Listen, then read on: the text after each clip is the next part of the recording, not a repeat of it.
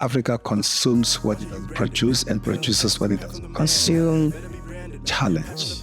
You know, Nike has been there for so long, but do you find that there is a time aspect to brands before they are recognized? It takes as long as it takes for you to be relevant and to deliver on your promises. We shouldn't let you go without also just touching on Nigeria and South Africa. The day Nigeria functions well, South Africa will be.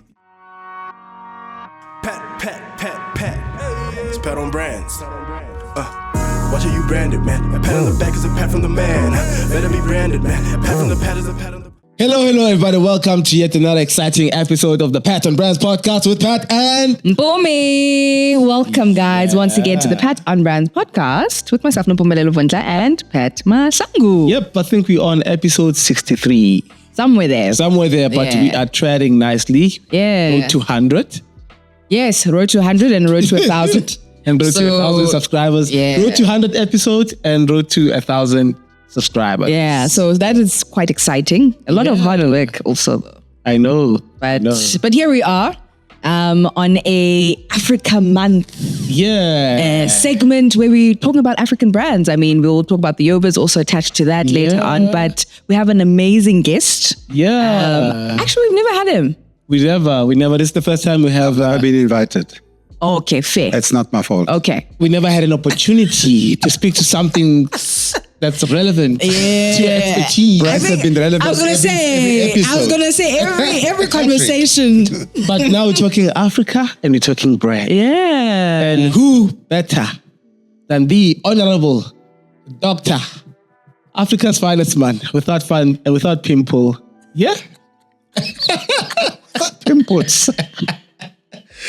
Let's try again. The first man to ever do it in our industry to get an honorary PhD. Yes. And I forgot this morning when I greeted, I was supposed to say, Doctor. No, Thebe Ikalafeng. Don't call me names. But at least you've got pictures to prove it, so. Yeah. Welcome once again. Yeah.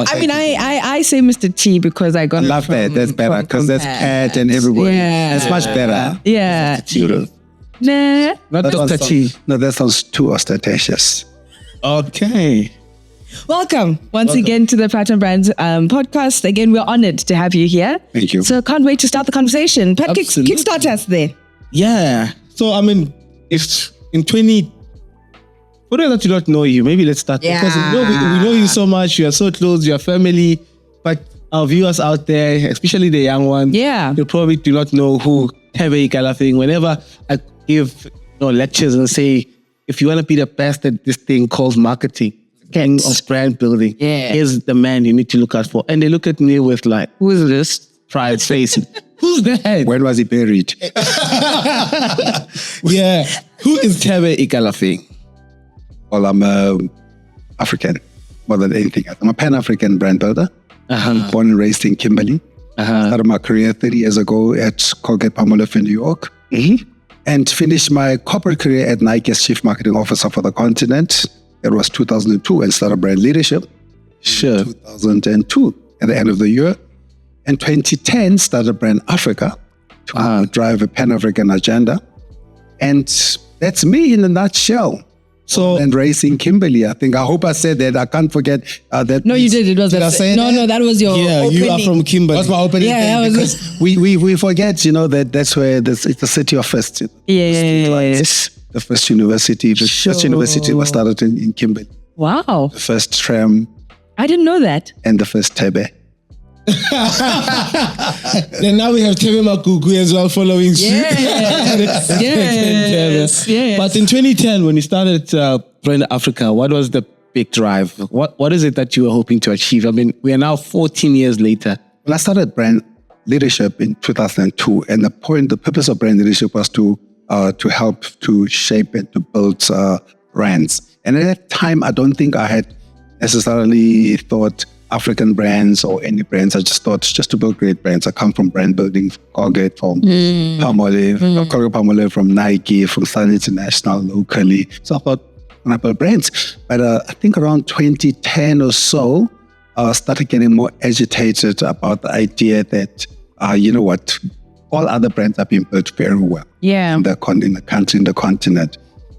What the challenge that we're facing is I'm not seeing a rise of African brands. But I didn't have a metric or to measure, to talk about what am I talking about, to assess to, just to give a state of the brands, if you will.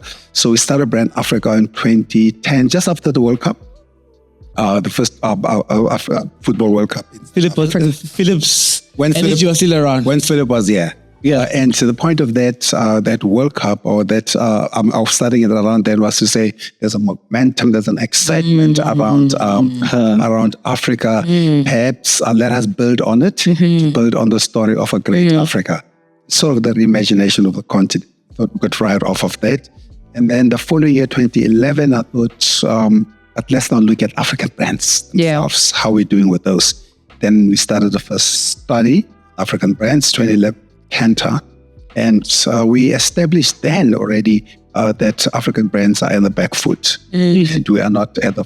So that's where we started. We started first as a metric, just to see where we are, so that when we talk about building great brands, building a great Africa, we should know what we're talking about. Because maybe we're doing well, or maybe we're doing well. 100%. But of course, we know we're doing well.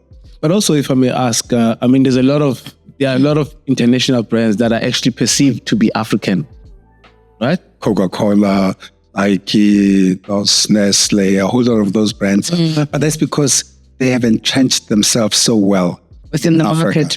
So they do things so well, sometimes better than what African brands would have done. More often better than what African brands do themselves. So when you say African brands, you say established born in Africa? Born in Africa, born of Africa. Because I think, and not just born here, sometimes it's born of Africa and inspired by African insights on African needs and African consumers. I think that's what makes an African brand. So even if you look at a brand like Tusker, which is Kenyan brand, but it's now owned by Guinness in Ireland, but it was started here. When you look at South Africa, Vodacom, you'll see already it's a South African brand. Yeah. But it's owned by Vodafone, so it's classified as a British brand. So in theory, it should be an African brand. In the African brands list, we list Vodacom. Okay. And falls under South Africa, that is? South Africa broadly. Okay. I mean, I went through the results, and then now that we've spoken about when it started, why, we are 14 years, like we say, in, and the assumption is now half of that list should at least then be showing that we are Africans that love African brands. We're very ambitious.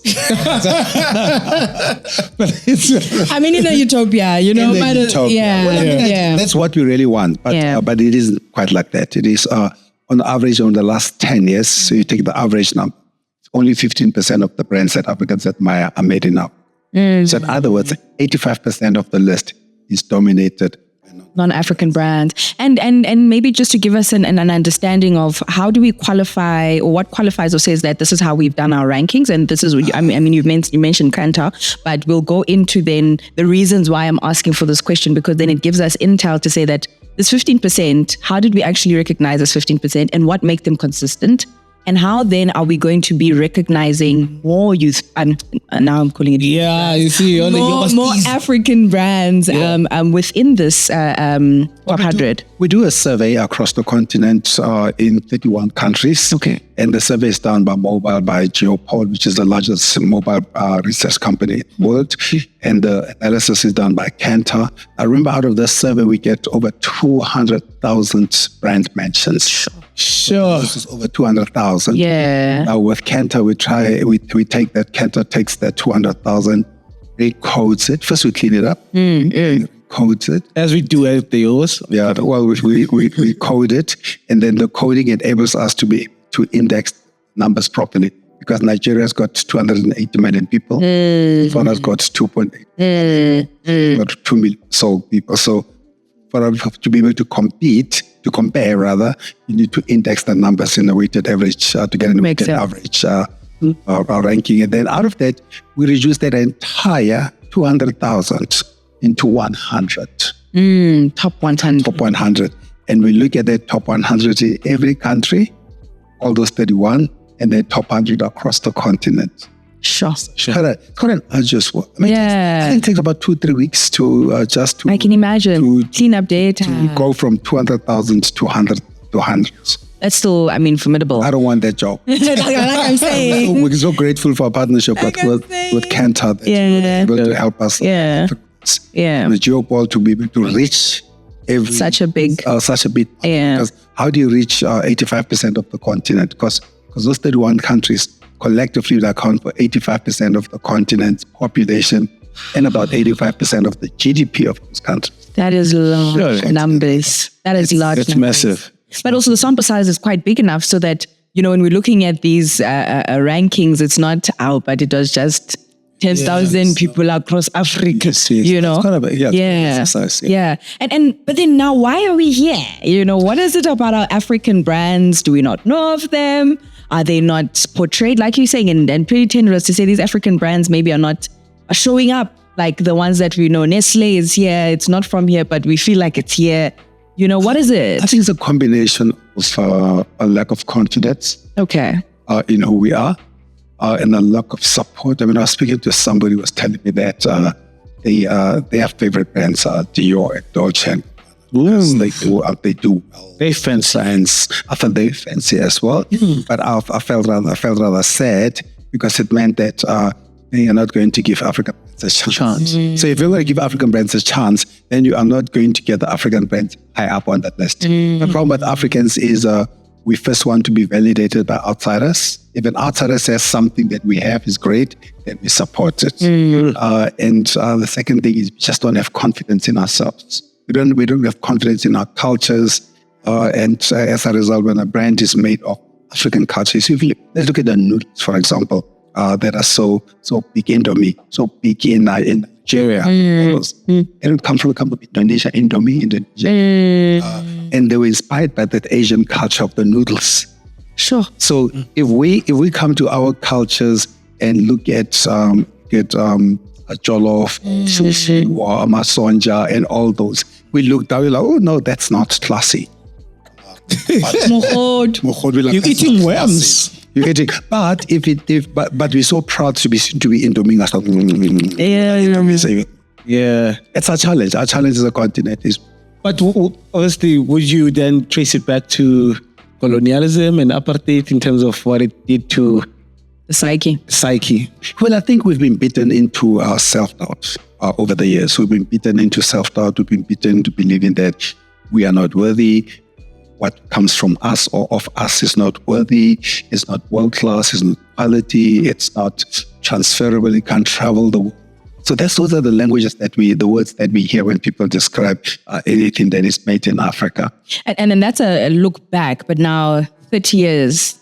No, we're still there 30 years later. The reason we're still there 30 years later is I said 85% of the brands that you see are on the list in African is because when you go to our shops, our malls and all those, they are littered with non-African brands.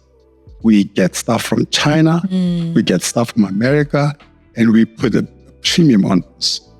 Sure. I mean, this year's results, we actually dropped them. Now 14%. But it's the same as last year. We retained. So last year was 14% and this is 14%. So we have retained our lonely ranking of the most admired brands in the continent. Wait, does put here? I just say, it sounds horrible, but it is low. Yeah. I think we, as Africans, we ought to look ourselves in our eyes in the mirror and say, but how could everybody see value in us and we don't see value in ourselves? They come to Africa to get our cocoa, to make chocolates. That we import. Chocolates in Switzerland. Yeah. They come to us to come and get our diamonds and bring them back as jewelry. They come leather. to us to take our cotton from Egypt and they bring it back as Egyptian cotton, whatever they call it. For the sheet. The sheet, beautiful sheet. But sometimes, actually, Egypt is lucky because at least they call it Egyptian. Yeah, so the name they retained it. They retained the name. Yeah. Other places, they don't retain the name. Sure. So we are the source of raw materials and the consumers of finished goods. And so that value chain. Andy Mazuris once said, Africa consumes what it doesn't produce and produces what it doesn't consume. Challenge at hand. But now, in your study, I mean, in this year's study rather, 64% of Africans indicate that they believe in Africa. Right. It's always been that disconnect. So 64% they believe in Africa. Yes. But 14% say that we only buy African. So there's a belief and there's an actually actioning out the belief. So there's a high belief in ourselves and a low trust in anything that we do. Cheers. So that gap and the discourse. What can you trace it back to? Because it doesn't make sense. Because if we are proud Africans, we are for Africa and we believe in Africa's growth, surely we should be, buying African. That's what the theory says. But you can see, as we said, we've been beaten so much into not believing what we produce is quality. Although we are proud to be Xhosas, Shonas, on Heritage Day, Yorubas, and all those. We're proud of that because that's what defines who we are. It's the one thing we do well, is being proud of who we are, where we come from. But the one thing that we don't do well is being proud of what comes from us. Proud of where we come from, but we're proud of what comes from us. And to me, it's a mind fumbling phenomenon. And we haven't done that before. This year was the first time we included the country study because we wanted to see which countries Africans believe are doing well for. Which countries do we believe in? And number one on the list is South Africa. Number two is Nigeria. And number three is the United States. And fourth is China, somewhere around that. And Kenya, number five. Yeah. And then I was like, but we know that. We know that US and China are the biggest investors in Africa, either through military or through commerce or through a combination of both. Yeah. But now South Africa, what's so special about South Africa? I think South Africa, what makes South Africa special is South Africa is a very, let's look at it from maybe 2 or 3 areas. Yeah. Culturally, Amapiano and all. So we've always been culturally at the forefront of conversations in Africa. Whether it's Miriam Makeba in 1963 or 64, the United Nations. Yeah, correct. All this. So we've always had... From a culture perspective. From a culture perspective, we've always had people who've been at the forefront of global African culture. Whether it's Esther Mahlangu taking her work out to the rest of so it's really putting a spotlight on African art. Whether or South African Mapiano putting a spotlight on African youth and culture. So from a culture perspective, we've always done well as South Africa. But I think from a commerce as well, we've done well. Because South Africa, if you go to the different countries, most of the anchor brands in these countries come from South Africa. So there'll be a ShopRite mall in many of the countries. There'll be products made. There'll be an FNB. There'll be an FNB, a Standard Bank. So some of the South African brands are quite entrenched. And then the third one is perhaps from conversations. And when I say conversations, if you look at, for example, what you're doing with ICJ, what South Africa has been leading the discussions around on the need to reflect on whether the actions of Israel or actions of Palestine, the equity thereof, the impact on humanity. So all that has elevated South Africa's share of voice globally.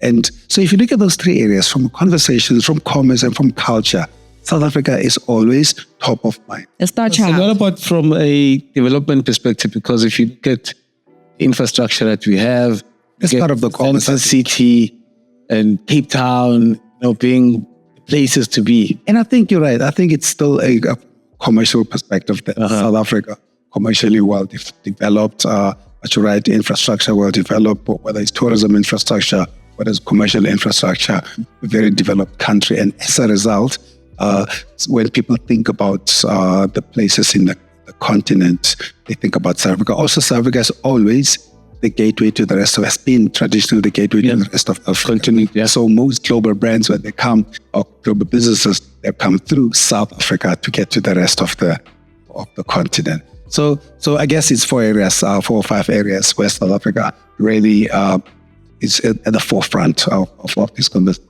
Sure. In our second segment, I think we'll go deeper and delve into the stats, where we're sitting, the constant brands that are admired, in South Africa and in Africa, and just take a look at those numbers and kind of review this glaring number and what we can do. I know we've said 30 years, so I don't know if it's another 30 years, another 90 years, or a decision in the next 3 minutes that we can make.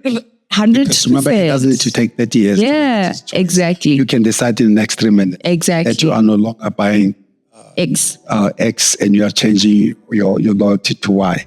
So the problem that we have is if we have these long deadlines, 30 years, Agenda 2016. Net map. Agenda 63 starts with Agenda 1 next minute. Yeah. Yeah. So another thing that really stands out with this year's results is that actually Western media continues to tell the African story.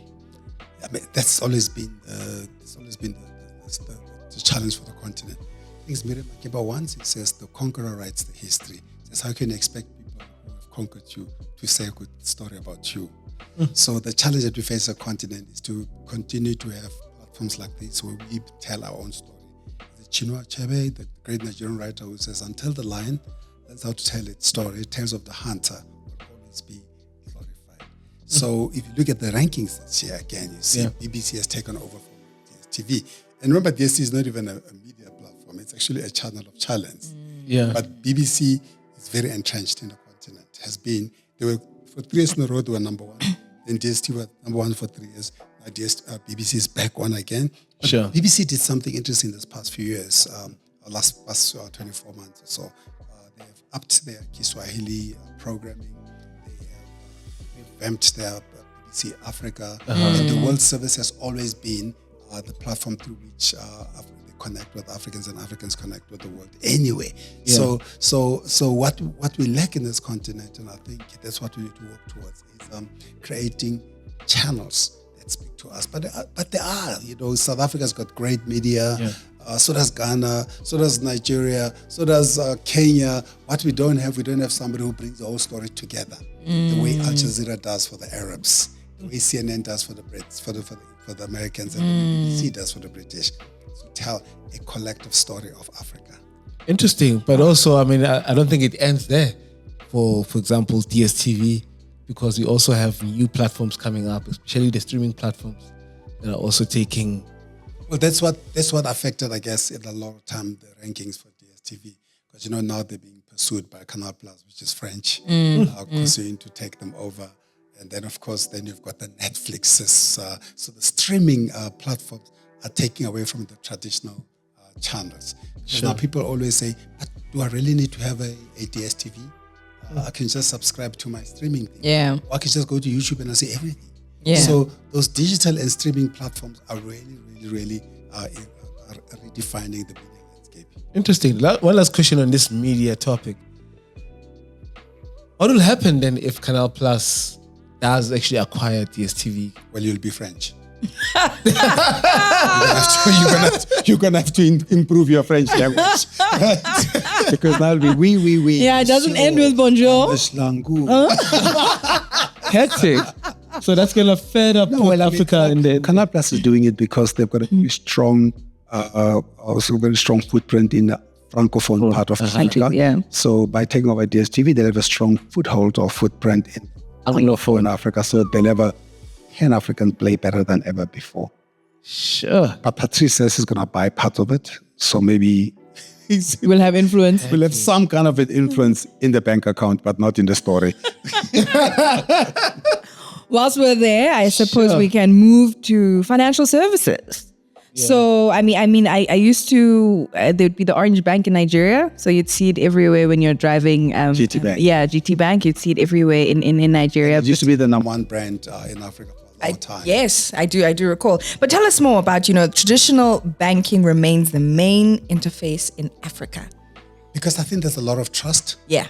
And Africans are about trust. So if you see a building and you see a teller and a human being, you can place some trust in that, compared to the newer and where the world is going with the digital platforms or the online money space. I don't know who's behind that.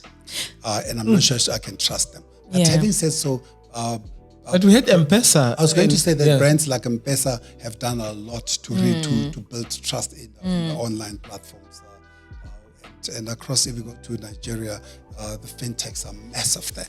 So the fintechs, the onlines, they're all our digital banking. Those are going to help in a long term. But I think for a long time still, we will still place our trust in somebody holding your money that you can point at, you can point to the building, because I think that's where the money is, in the vault. Somewhere. Because I suppose you've taken it out. They said take it out of your mattress and then give it to them. So there is that sense of, right? They can hold it in the meantime. Matter of fact, but I mean, even the traditionals, if you look at in the mining area, in mining, for example, a bank like Thebe Bank, which became Bank, and we were working with them at one stage, and they still use books. Checkbooks? Books to record the money. Okay. Sure. And because people don't sign, they used to use their thumbs. Wow. But month end, when the money goes into the bank account, they would month end for the salary. When the salary goes into bank account, month end they withdraw everything. All of it. I need to confirm my money is there. Sure. And then sometimes they'll put it back. Yes. Some of it. Yeah, because they've seen it and touched it. Yes. So you can trust. Now, digital is intangible. Yeah. It's a phone. Yeah. And I don't even have a smartphone. Yeah. But it may M-Pesa they may have helped because you don't really need a smartphone. Yes. Anymore. Yes. But we get in there. But I mean, certainly it's 50-50 or so. And I mean, and maybe in terms of building brands, I mean, that is a high entry barrier environment. I don't know how the move looks like. I mean, look at it. It's you either pay airtime or you pay taxi to go to the bank. Okay. So and then particularly in countries unlike South Africa, where there is an ATM every corner, and there's because of the access which you can use any bank. Correct. But in other countries where there are not enough ATMs, maybe what mobile has done, it has brought the banking into my house. Yeah. But South Africa, that's why South Africa, even we don't use a lot of digital banking. Yes. Because we're still a bit backwards. Yeah. I think. So we still trust. No, I mean, I remember when they were paying. We were, I think, in Kenya, and to pay for the, what is it called? Petrol. Anything was M-Pesa. Yeah, for me it was the first time. I was like, this is. I mean, that's why you see. That's why you see in the banking list this year you've got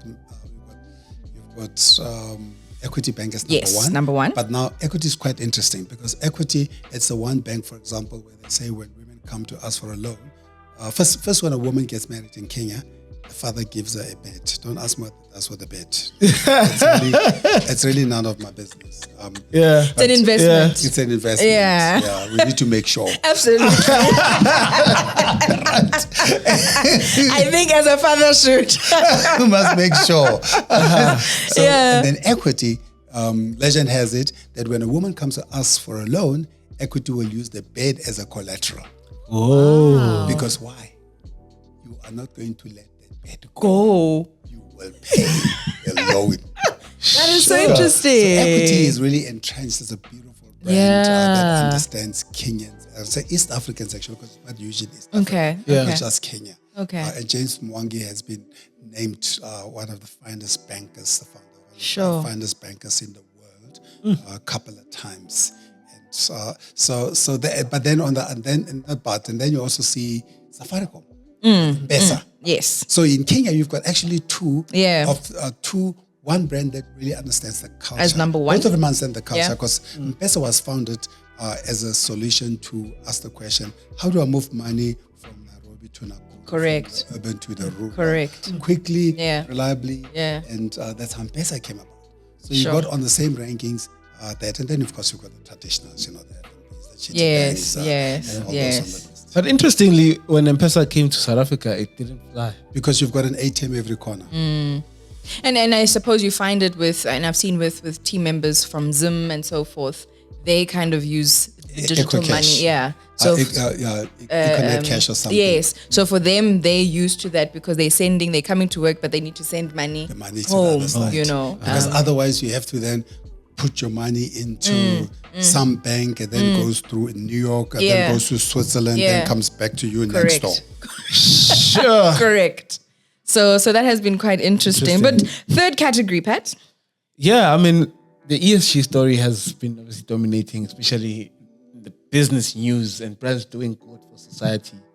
And we see MTN leading the pack there. What is it that they do right? Second year in a row that MTN is leading the pack, because MTN has realized that it's important for them as a brand to play a proactive role in improving society. I think even just broadly what they do in terms of enabling people to transact, to communicate, to me that's a very big community service, but also enabling entrepreneurs and all those. But most importantly, also looking at what their work, what the impact of the business has on the environment and society has been transformational.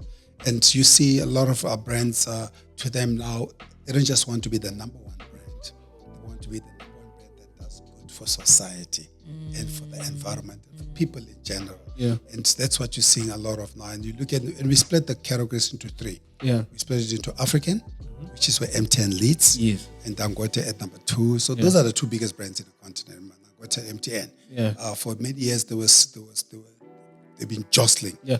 Then you look at the non-African brands, and their Coke is at the center. But you know Coke. It's a giant. Coke is Coke. Yeah. Coke understands that. How do they inspire the youth? How do they help build the community? How do they bring refresh our thirst? And then you've got the United Nations, UNICEF, which we know very well in terms of, particularly for the rest of the continent. We may not feel it so much in South Africa, but to the rest of the world, the rest of the continent, when you land in these countries, you see the big UN cars, vehicles. And then you're like, oh, so UN is there providing security, providing programs, providing development programs, leadership, interventions. So all those, brands are, to them it's important, and to us it is important, because what we reward now rewards businesses that understands that we don't live in a vacuum. That part of what they do must also not have a negative impact on our society or on our environment. I think we shouldn't let you go without also just touching on Nigeria and South Africa, because if you look at even on the top 10 of the sustainability brands, we have South Africa being represented by MTN and Dangote number 2, even in the overall. So what's the story of South Africa and Nigeria and their importance in the continent? Those are the two biggest continents. Those are the two biggest countries in terms of GDP and where there's from influence. Because there's a Nigerian everywhere. Apparently, Xhosas were Nigerians first. Before. Apparently. There's a Nigerian everywhere people are breathing. And probably there's a South African rent everywhere people are transacting. Yeah. Sure. So the two of them put together are very influential in the continent. And as I've said, if also for many years it's always been Nigeria or South Africa as the number one economy in the continent. Nigeria also has 280 million people. Sure. And South Africa probably has 280 million voices. And I think also having comparisons, I've seen the commercial market of Nigeria is quite aggressive. Like you will contemplate, let me take my Naira and buy, because how this person, do you want it? And I'm like, no, I don't, but I'll just have to take it, So when it comes to commercializing there, for me, I think it was quite interesting seeing that is that you're selling. This is what we're doing. We're selling here. So from a commercial perspective, I think it's quite interesting if you're doing those comparisons. And also even from a culture perspective, because then you look at Afrobeats and you look at what we're doing with Amapiano. Nigeria and South Africa are the two most influential sub-Saharan African countries. They're influential from a culture, they influence from commerce, they influence from conversations. So they are leading they're the two leading African countries. And very comparable. Matter of fact, the day Nigeria functions well, South Africa will be a third world country. Sure. I like that. I knew you were Nigerian. Yeah. No, because I mean, when I traveled, I was really young, and I remember the ladies there were saying, you know, why are you traveling alone and so forth. And every time people asked me how it was, I was like, it was actually so epic. You embrace it in all its facets, and you just see it, and you're like, if there was just a maintenance plan, because I think they've got beautiful stuff, but there's no maintenance plan. But if they have a maintenance plan, it's really, really, like you say, it would be an amazing The day first Nigeria world. works, South Africa will be a third world country. Yeah, you're going to keep it there. We'll keep it there. Sure. They're incredibly smart. They are. They are well-traveled. Yeah. They are creative. Yeah. And they've got the numbers. And they're patriotic. They are. If Nigerians are anything, yeah. they are Nigerians. They are. That is, and if that's Nigerians who they are are. anything, they are Nigerians. Like, I've never met such patriotic. I mean, even when globally. South Africans are also quite patriotic. It's just that when it suits them. Yeah, I don't know. Yeah, I was going to say, I hear you, Mr. T, but I nobody have comes my... close to Nigeria from the continent. Nobody. You know, but what's interesting in the looking at the countries' rankings, every country loves their country. Yeah. Wow. Yeah. I don't know. But again, I think it's when it suits us. Well, I mean, except for 36% who don't like their country. Remember I said 64% love their country, but in the majority, everybody loves their country. Yeah. Nice. Anyway. Which is good. Then overall, I mean, you look at on the 100, Nike, I think for the past 7 years. Crazy, isn't it? Is it because you brought it here? No, it had nothing Yeah, to do with it. the hint. Because I think, Did you set them off? I think in the top 10 you've got Nike number 1, Adidas number 2, and then Puma somewhere in the top 10. Let's find it for you, And now remember what those 3 brands do well. They are so African because they sponsor and support the most African of our passions, such as football and rugby. Yeah. Yeah. So they went for the jugular. So we see. So I don't know how many people watch CAF, but I think we had like over 1 billion plus people who watch CAF, right? Mm-hmm. All those eyes saw swooshes and stripes every day. Interesting. Yeah, and subconsciously. So subconsciously, it's always ingrained because I mean you don't. And also their favorite athletes are wearing. The favorite athletes are endorsing them, are wearing them, but also not just in Africa. But also remember the international athletes have got such a. I mean, we all grew up with Michael Jordan's as a Jumpman and Nike, and we'd never seen Michael Jordan before. Never been to Africa. Yeah. We'd all grew up with Tiger Woods as the number 1 Nike athlete, with Andre Agassi from tennis. So you can look across all the sports. All our heroes have always been Puma or Nike or Adidas. From Pele to Michael to Agassi to Nadal to Federer to Maradona to Tiger Woods. Yeah. All our global heroes have always been there. So we've always looked at them aspirationally. And then, of course, on our own fields, particularly the most dominant sporting code in the continent, which is football, is our religion. We spend our entire Saturdays and Sundays analyzing the sport. Yeah. Sure. And then, Mr. T, would you say that, like you've said, these brands, I mean, if you're talking about Maradona, there's like a long time and you're but you can come close to today. And hence why I'm bringing it there is we to can come close even to today. Ronaldo. Even to today, some of the best players in the world are wearing our brand. No, but I was watching yesterday this young guy. I should have looked at his shoes. Mainu from Manchester United, who's now going to be, I guess, the biggest star in people are saying Mainu is going to be the biggest star. He made the winning goal yesterday for Manchester on the FA Cup for Manchester. So I should have looked at the shoes he's wearing. I bet you it's either Nike or Adidas. It will not be anything else. But now, and there's an interesting part that then I'm linking. And he's 19, by the way. Oh, okay.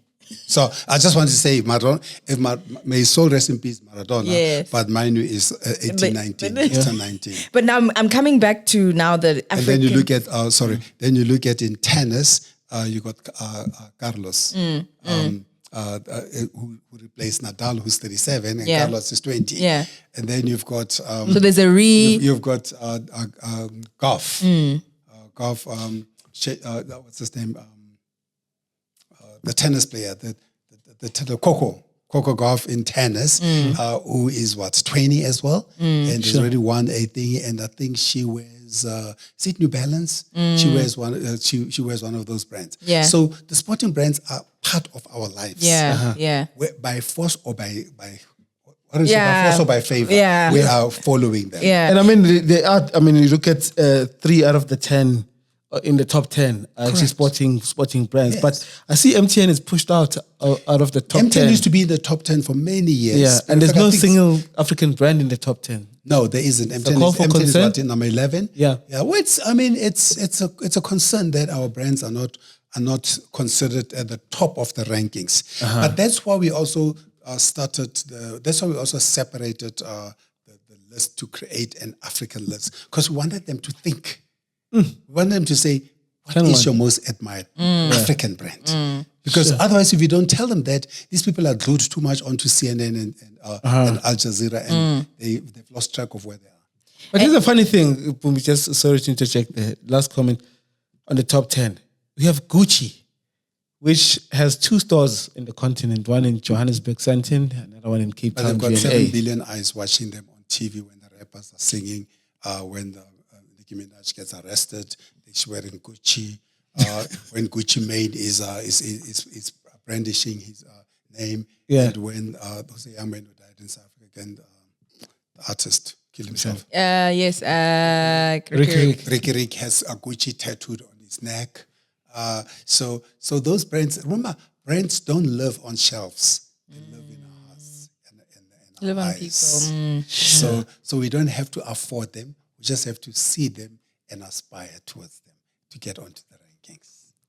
I think the last part then was, which was what I was trying to make the point was, Nike has been there for so long, but do you find that there is a time aspect to brands before they are recognized?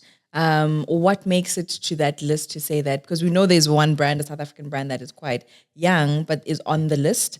So what? Batu is doing very well. Yeah. Drip is there. Yeah. Matter of fact, when you look at the African brands, what's so interesting is I've seen, or rather when I look at the South African brands, which we'll announce in the next few weeks, on June 11, we'll announce the South African brands. Yeah. We're going to see brands like the Galaxies, the Batus, the Drips, making quite an audacious stake or a claim to be the most admired South African brands. Yeah. So how long does it take to build a great brand? As long as it takes to be relevant and to be real and to deliver on the promise. And like you say, across different sectors. Drip and Batu 10 or younger in Galaxy, and Porsche M is maybe a little bit older. Yeah. So it takes as long as it takes for you to be relevant and to deliver on your promises.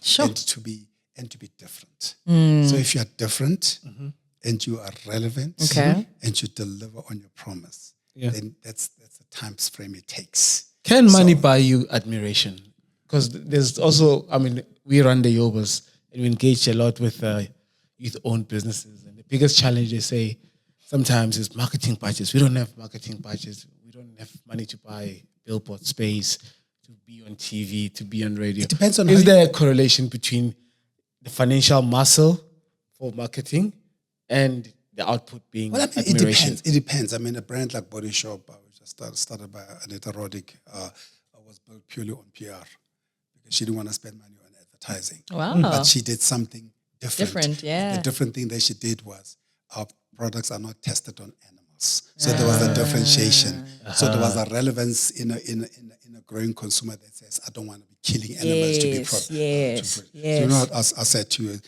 takes as long as you are relevant in the lives of people and you are delivering on your promises and you are different. So if you do those things can be done with or without money. But of course you need some money or some chutzpah. Some chutzpah. Wow, what an absolutely, I think, insightful conversation, and really going into those numbers. I've seen it here and there, but really now extracting then conversations and how we are as South African are thinking, and Africa actually has been quite interesting. So that brings us to our end of the segment. But as you would know, we have our last Pat on Brands quiz, which I've always failed those. So. Maybe that's why. I wasn't good at quiz. Maybe That's why you are avoiding us having this quiz. Yeah. So But apparently, when you were in school, you used to ace them. you used to teach other Whatever, kids. Pat. Let's get When you Let's go, Pat. back in Kimberly.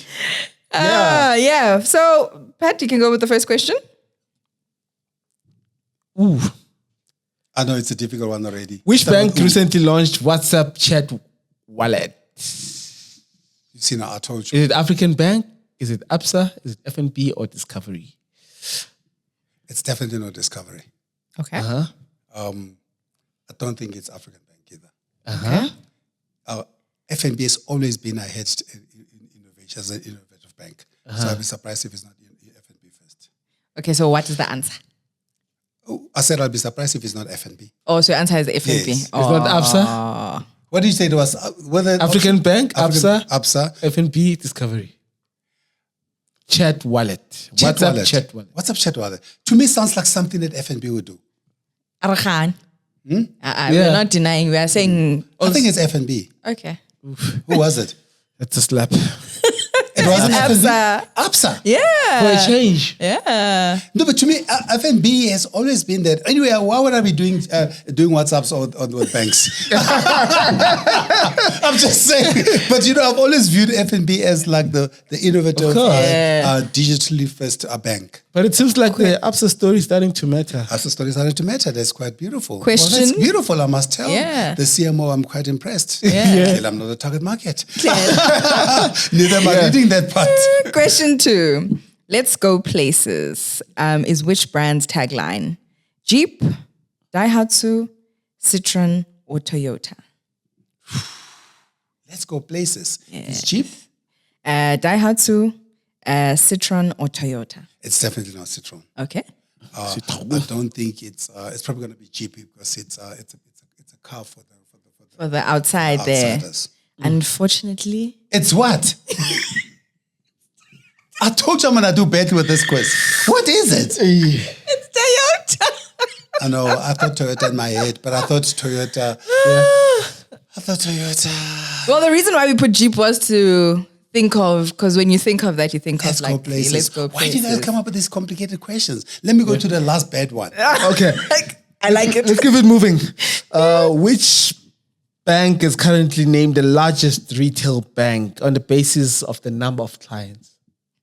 Basis of the number of clients. Yes. So I think Standard Bank is the largest in the basis of assets in the continent. Yes. And the number of clients must be Capitec.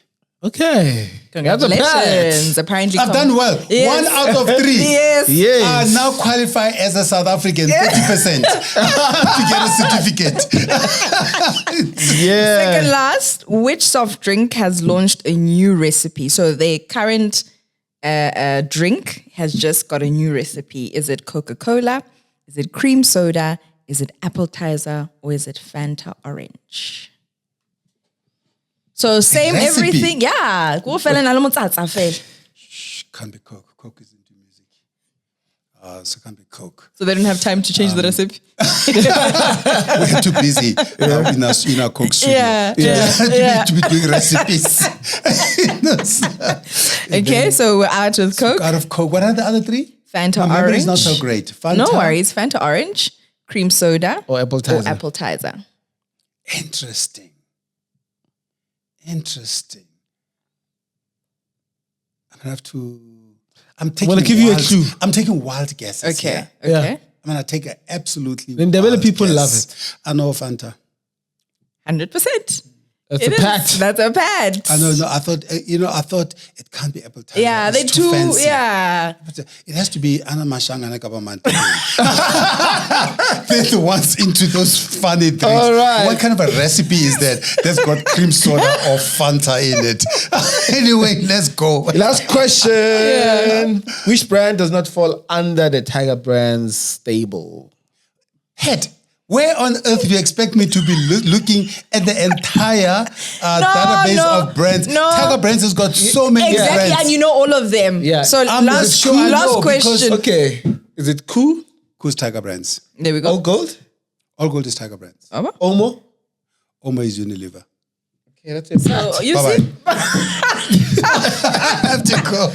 Guys, thank you so much for joining us on this episode. It was absolutely epic. Absolutely. Yeah, I hope one day we'll have a round 2. You come back and No, we'll talk. Pat, we're done with round 1. Yeah. But don't forget, guys, the Yobas are happening on the 22nd of June. So do make sure you get your tickets. They're available on Web Tickets. It's happening on the 22nd of June in Sandton, 6 p.m. to 10 p.m. Get your tickets on Web Tickets. Thank you, Mr. T, for joining us. Absolutely. As mentioned, it has been an honor and it was, again, very interesting. I hope you guys have taken something out of it and you will change your mindsets if they were not there No, we yet. didn't do Pasco. What did I do? I did 60%. That's too much for South Africa. For what? No. My test. You are excelling. That's more than matric exemption. No, Mr. T, that's how we're going to go in. Thank you, guys. Don't forget to subscribe, share, like, and do what you need to do. Yeah, from me, Pat Matla, Ina Khaila. And for myself, Unompumelelo Vundla, goodbye. Pat. It's Pat on Brands. Watch how you branded, man. A pat on the back is a pat from the man. Better be branded, man. A pat from the pat is a pat on the